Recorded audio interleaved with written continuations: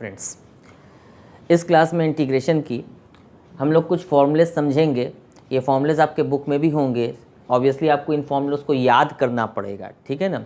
But हम लोग थोड़ा सा समझने की कोशिश करेंगे as per the logic of differentiation, जो हम लोग ने पहले भी डिस्कस किया लास्ट वीडियो में कि integration is nothing else but the reverse of differentiation. So जो चीज़ हमारा डिफ्रेंसिएशन का रिजल्ट होता था, अगर उसको हम लोग इंटीग्रेट कर लें सो ऑब्वियस सी बात है हमारे पास वापस वो फंक्शन आ जाएगा। फॉर एन एग्जांपल, जैसे आप लोग ने पढ़ा था कि tan x का डिफ्रेंसिएशन करते थे तो sec स्क्वायर x आता था। ये आपका हमने यहाँ लिखा है, देखिए tan x का आप डिफ्रेंशिएट करते थे sec स्क्वायर x आता था। जब हम sec स्क्वायर x का इंटीग्रेट करेंगे हमारे पास tan x आ जाएगा। फर्दर जो भी हमने यहाँ फॉर्मूलेज लिखे हैं, इन सारे फॉर्मूलेज में आपका हर जगह एक c ऐड होता चला गया है।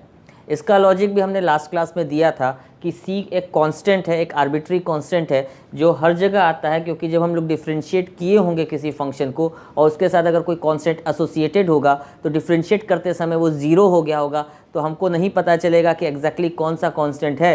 एंड फॉर दैट रीज़न हम एक c लिख देते हैं, that is an arbitrary constant, what ever be the value of constant वो वहाँ पे एसोसिएटेड होगा। नाउ जैसे x के पावर n का आप इंटीग्रेट करोगे तो आपके पास ये निकल के आएगा। अगर आपको याद हो थोड़ा सा कि जब आप डिफ्रेंशिएट करते थे, फॉर एन एग्जांपल आप डिफ्रेंशिएट करते थे x के पावर 5 का, सो आपको याद होगा कि ये आता था 5 इंटू एक्स के पावर 5 माइनस 1, लाइक दिस आप करते थे। मीन्स ये वाला 5 आपका इधर आ जाता था, मल्टीप्लाई हो जाता था और इसमें इतना माइनस हो जाता था।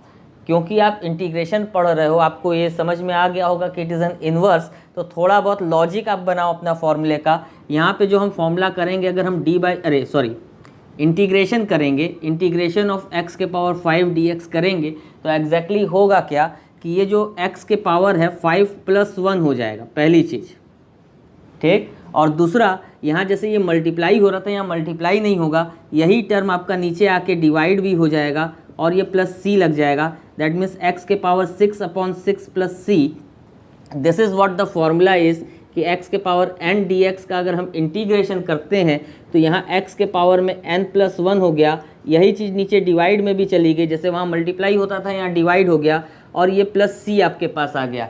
मीन्स पावर में आपका यहाँ एडिशन हो गया और जो चीज़ हम ऊपर लिख रहे हैं पावर में वही चीज़ नीचे भी आ जाएगी। इस तरह ये फॉर्मूला हुआ है। अगर आप चाहो तो आप ये देख सकते हो कि जब आप इसका डिफ्रेंशिएट करोगे, जब इसका आप डिफ्रेंशिएट करोगे तो you will get this x के पावर n। आप चाहो तो इसका डिफ्रेंशिएट करके देख सकते हो, लाइकवाइज आपको आइडिया लग जाएगी कि कैसे ये एक दूसरे से रिलेटेड हैं।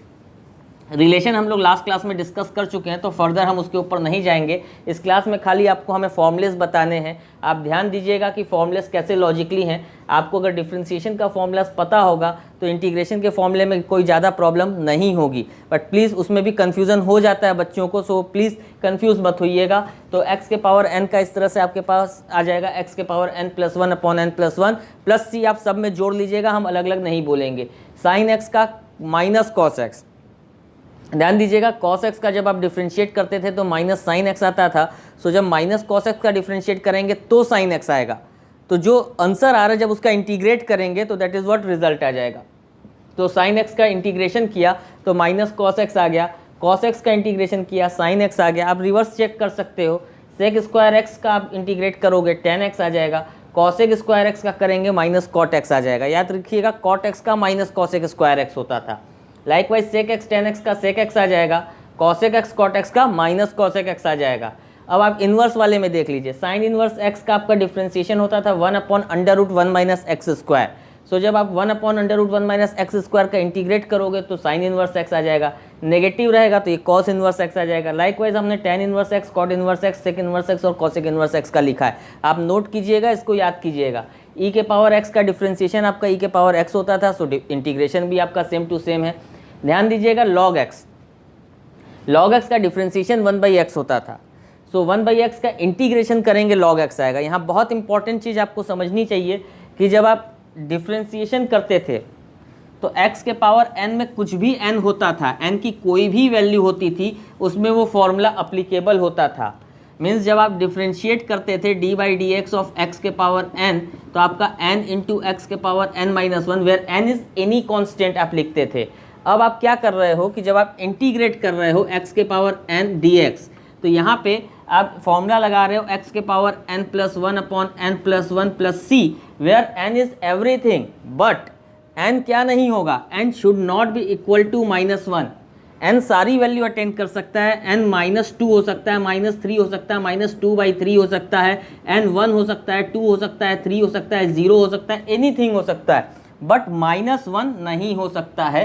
ध्यान दीजिएगा, अगर आप इस फॉर्मूले में -1 लगाते हो, n की वैल्यू -1 रखते हो और इंटीग्रेशन करते हो, ये फॉर्मूला है, ये फॉर्मूला हमने यहाँ लिखा है, इसलिए कंफ्यूज मत होइएगा कहाँ से ले लिया, ये फॉर्मूला यहाँ लिखा हुआ है, उसी को हमने उठाया है। और आपको खाली ये बता रहे हैं कि जब n की वैल्यू -1 पे ये अप्लीकेबल नहीं है, डिफरेंशिएशन में हर वैल्यू के लिए अप्लीकेबल था, इंटीग्रेशन में नहीं होता है। तो यहाँ अगर हम लगाएंगे फॉर्मूला, तो x के पावर -1, मतलब जब n की वैल्यू -1 रहेगी और ये फॉर्मूला अप्लाई करेंगे तो क्या आएगा, x के power -1 plus 1 upon -1 plus 1 plus C. ध्यान दीजिएगा, x के पावर 0 अपॉन 0, तो डिनोमिनेटर में 0 आ गया, दैट इज नॉट डिटर्मिनेबल, ठीक है ना, दैट इज द वैल्यू। इस कारण से -1 अप्लाई नहीं करते।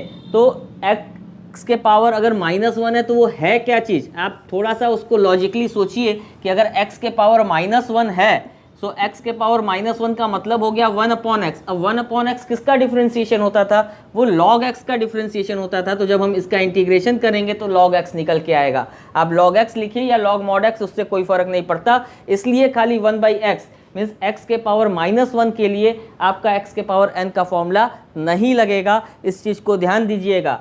तो जब भी आपका x के पावर -1 या 1 अपॉन एक्स रहेगा, आपको log में लिखना है, इस चीज़ को अपने दिमाग में बैठाइएगा, बहुत बड़ा कन्फ्यूज़न होता है। x के सारे पावर के लिए x के पावर n वर्क करता है, एक्सेप्ट x के पावर -1 के लिए। जब वो लगाओगे तो इनडिटर्मिनेबल हो जाएगा, उसको नहीं अप्लाई करेंगे। और आप जानते भी हो कि 1 अपॉन एक्स जो है वो log x का डिफ्रेंशिएशन होता है। तो जब डिफ्रेंशिएशन वो log x का होता है, तो जब उसका इंटीग्रेट करेंगे तो वो log x निकल के आ जाएगा।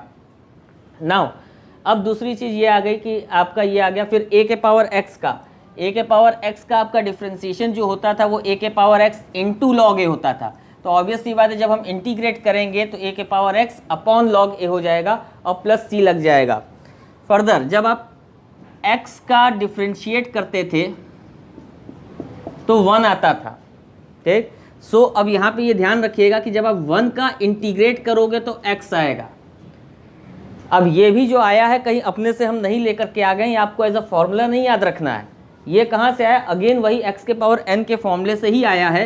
बट ये आपको बता दिए कि कई बार अगर 1 का इंटीग्रेशन आता है तो बच्चे कंफ्यूज हो जाते हैं, कांस्टेंट का क्या इंटीग्रेशन होगा, कांस्टेंट का तो कोई इंटीग्रेशन नहीं होता है। डिफरेंशिएशन आपको पता है कि कांस्टेंट का डिफरेंशिएशन 0 होता है, सो कांस्टेंट का इंटीग्रेशन क्या होता है। सो फॉर दैट रीजन अगर ऐसे 1 आ जाता है तो 1 का मतलब हो गया x के पावर 0। दैट दीजिएगा, हमने बताया कि n की कोई भी वैल्यू हो सकती है, 0 भी हो सकती है, बट -1 नहीं हो सकती है। सो x के पावर 0, अब इसमें हम फॉर्मूला लगाएंगे तो that is 0 + 1 upon 0 + 1 plus c, that is x के पावर 0 + 1 मतलब x आ गया upon 1 plus c, that is x निकल के आ गया। और आप लेजिबली चेक भी कर सकते हो उसको कि जब आप x का डिफ्रेंशिएट करते हो तो 1 निकल करके आता है आपका। सो ये फॉर्मूला हर एक वैल्यू के लिए n की वर्क करेगा, इस चीज़ को ध्यान रखिएगा, इसमें कोई प्रॉब्लम नहीं है। इसी के साथ साथ आपको हम थोड़ा सा कुछ ये भी बता दें कि इंटीग्रेशन में और क्या होता है। एक तो आपने ये जान लिया कि इंटीग्रेशन जो है दैट इज़ इन्वर्स है, मतलब रिवर्स है, इन्वर्स भी ना कहें, रिवर्स है, it is reverse of differentiation. Differentiation का रिवर्स होता है, मतलब अगर आप d/dx of integration of f(x) dx ये लिखते हो तो आपको हमने पहले भी बताया था dx कैंसिल कर जाएगा, d से ही इंटीग्रेशन का साइन कैंसिल कर जाएगा और रिजल्ट आ जाएगा आपका fx, ठीक। आप ऐसे भी कह सकते हो कि आपका f'(x) that is what differentiation आपको पता है, तो जब आप इसका इंटीग्रेशन करोगे तो ये रिजल्ट fx करेगा, that is what the reverse relationship, मतलब differentiation and integration both are converse to one another. Further second हम लोग डिस्कस कर रहे हैं इसमें कि जैसे आप डिफ्रेंशिएशन में ब्रेक करते थे, सपोज करो आपका एक आ गया x² plus sign x plus और क्या ले लें log x, मान लीजिए ये आ गया आपका, ठीक। अब इसको अगर आपको डिफ्रेंशिएट करना था तो आप क्या करते थे, आपको याद होगा, अगर ये डिफ्रेंशिएट करना है तो हम लोग अलग अलग जाते थे। इसमें हम 5 भी ले लेते हैं, ये log x की बजाय हम लोग यहाँ पे